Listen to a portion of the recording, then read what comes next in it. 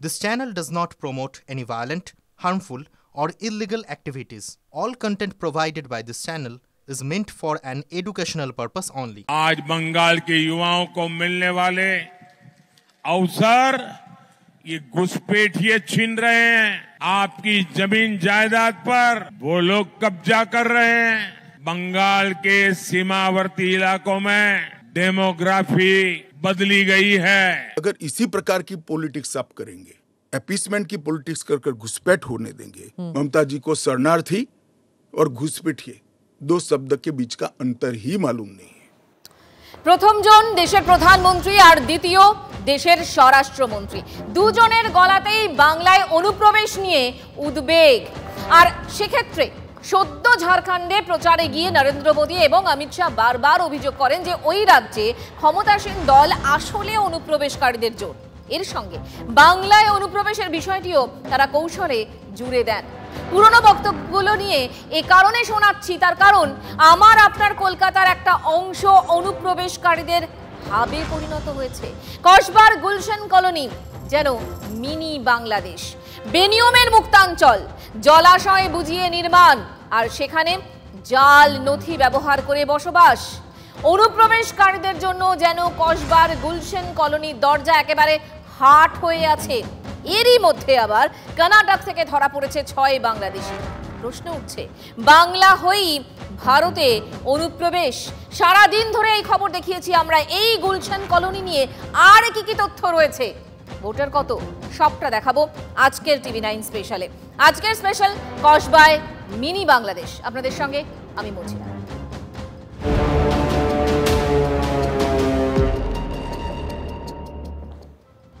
Gulshan colony যা নাকি গত কয়েক বছরে অনুপ্রবেশকারীদের সেফ জোনে পরিণত হয়েছে। কয়েকটা ছবি দেখাই তাহলে বুঝতে পারবেন যে কলকাতার মধ্যে আর একটা অচেনা কলকাতা এতদিন আমরা জানতামই না। দেখুন ছবিটা, গা ঘেঁষাঘেঁষি করে একটার পর একটা বহুতল বাড়ি গজিয়ে উঠতেই বসবাস শুরু। বাইরে রং ছেড়ে দিন, প্লাস্টারটুকু পর্যন্ত হয়নি। বেনিয়মের আরও নমুনা রয়েছে।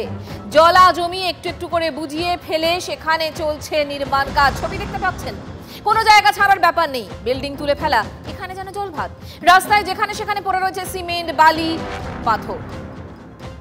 কয়েক বছর আগেও যে এলাকা কার্যত অচেনা ছিল সেখানেই এখন বাংলাদেশি অনুপ্রবেশকারীদের ডেরা।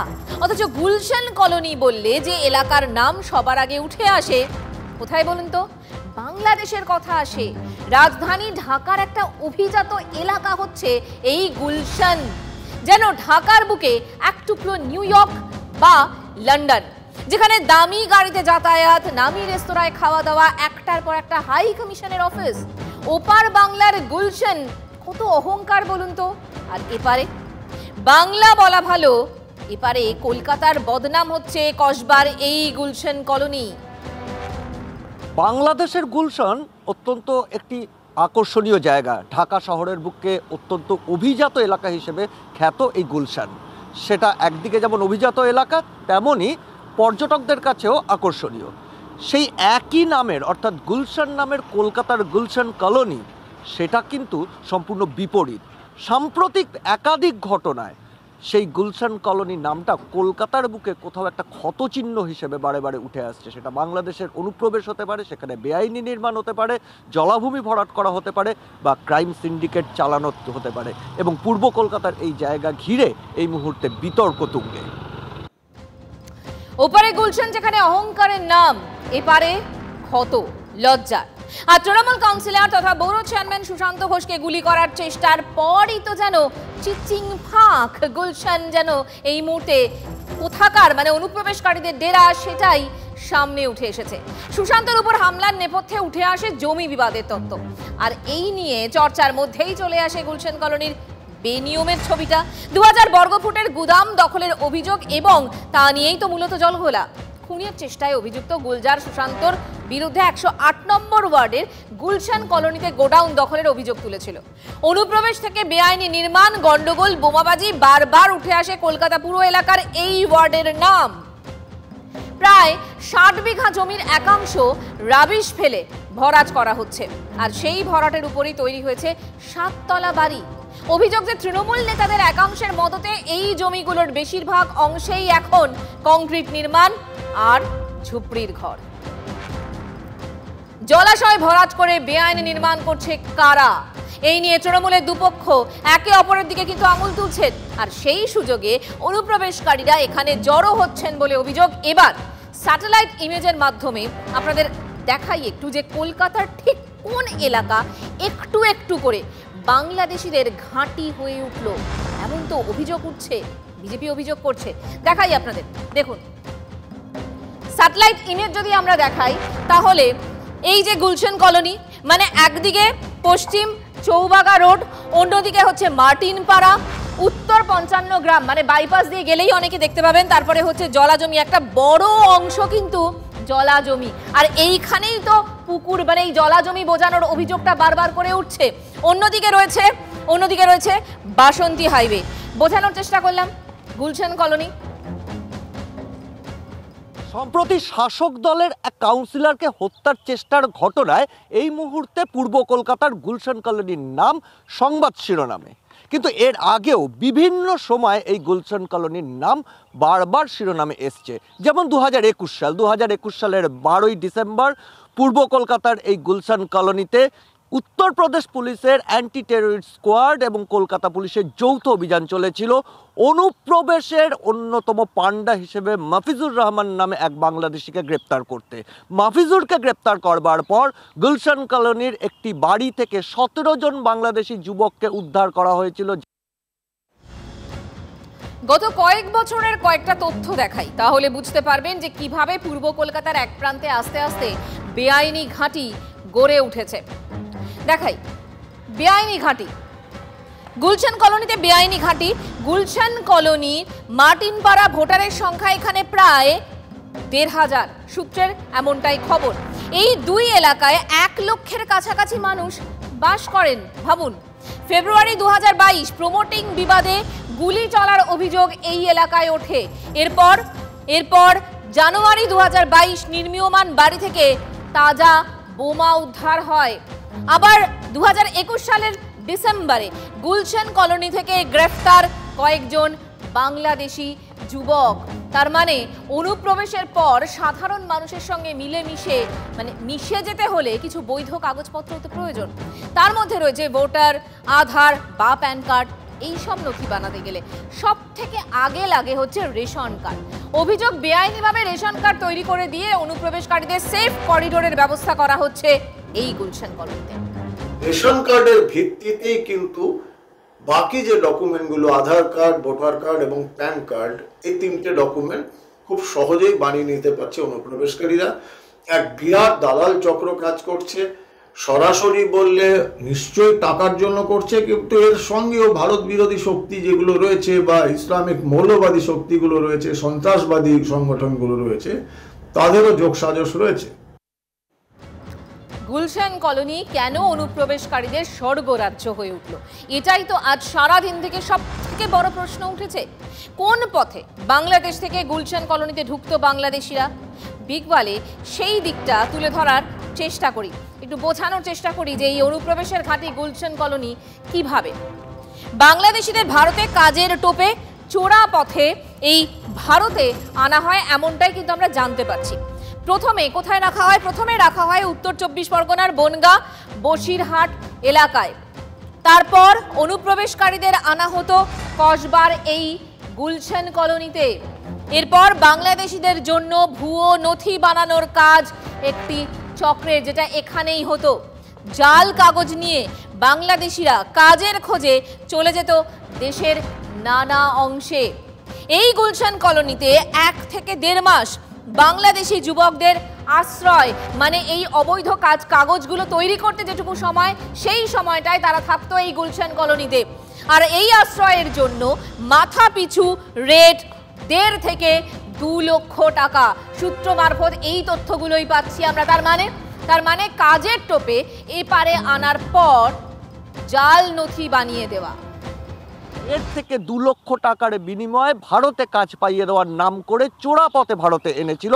উত্তর 24 পরগনা এবং নদিয়ার বিভিন্ন যে সীমান্ত রয়েছে, সেই সীমান্ত দিয়ে তাদেরকে ভারতে আনা হয় চোরাপথে, এবং তার পরবর্তীতে কলকাতার ওই আবাসনে তাদেরকে রাখা হয়েছিল দীর্ঘদিন, যাতে সেই সময়ের মধ্যে ওই সমস্ত অনুপ্রবেশকারী বাংলাদেশি নাগরিকদের ভারতীয় ভুয়ো নথি তৈরি করে দেওয়া হয়, এবং তারপরে সেই নথি পাওয়া গেলে সেই বাংলাদেশি অনুপ্রবেশকারীরা নথির জোরে হয়ে যেত ভারতীয়, এবং তাদের ভারতের বিভিন্ন প্রান্তে পাঠিয়ে দেওয়া হতো ভারতীয় হিসেবে। তার মানে জাল নথি, আর সেই জাল নথি মানে ভুয়ো কাগজ নিয়ে কাজের ব্যবস্থা করে ফেলা। তদন্তকারীদের সূত্র এমনই মারাত্মক তথ্য উঠে আসছে। দক্ষিণ 24 পরগনায় যতটা শুনেছি কুখ্যাত ঘাট, সেগুলো দিয়েও নাকি বাংলাদেশ থেকে বড় বড় বার্জে করে লোকজন আসছে এবং প্রতিনিয়ত তারা দক্ষিণ 24 পরগনায় অবতরণ করছে, এবং সেখানকার স্থানীয় শাসক দলের নেতাদের বা এক শ্রেণীর পুলিশ এবং প্রশাসনের সহযোগিতায় তারা নির্বিবাদে ঢুকে পড়ছে দক্ষিণ 24 পরগনা হয়ে, পুরো পশ্চিমবঙ্গে ছড়িয়ে পড়ছে, ভারতবর্ষে ছড়িয়ে পড়ছে। আর ঠিক এভাবেই অনুপ্রবেশকারীদের আস্তানা হয়ে উঠেছে কসবার গুলশান কলোনি, এটাই অভিযোগ। সস্তায় বেআইনি নির্মাণের সুযোগেই বারবার অভিযোগ করছে তো বিজেপি। আদালতের হস্তক্ষেপ চেয়ে আইনি পদক্ষেপের ইঙ্গিতও দিয়েছে গেরুয়া শিবির। এই গুলশান গলি হচ্ছে কলকাতা শহরের অবৈধ নির্মাণ, বাংলাদেশি অনুপ্রবেশকারী এবং রোহিঙ্গাদের বসানো থেকে শুরু করে যাবতীয় অপকর্মের ঠিকানা। শাসক দল রয়েছে, পুলিশ, স্থানীয় থানা রয়েছে, তাদের গোচরে, তাদের জানা অবস্থাতেই সবকিছু হচ্ছে। মমতা বন্দ্যোপাধ্যায়ের আমলে পশ্চিমবঙ্গ পুলিশ কলকাতা পুলিশের হাতে সুরক্ষিত না।